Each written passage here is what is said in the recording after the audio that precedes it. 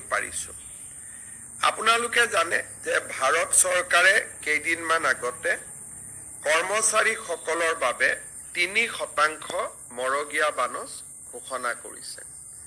আজি সেন্ট্ৰেল গভৰ্নমেন্টৰ কৰ্মচাৰীসকলে পোৱা মৰগীয়া বানচৰ পাৰ্চেন্টেজটো হৈছে 58 কিন্তু অসম চৰকাৰৰ কৰ্মচাৰীসকলে এই মুহূৰ্তলৈকে মৰগীয়া বানচ পাই আছে 55% ৰাজ্য চৰকাৰে ডিএ আৰু ডিআৰ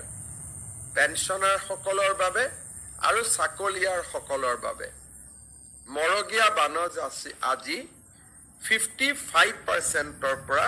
58%লৈকে বৃদ্ধি কৰে গতিকে ৰাজ্য চৰকাৰৰ কৰ্মচাৰীসকলে দৰমহাত 3% তেওঁলোকে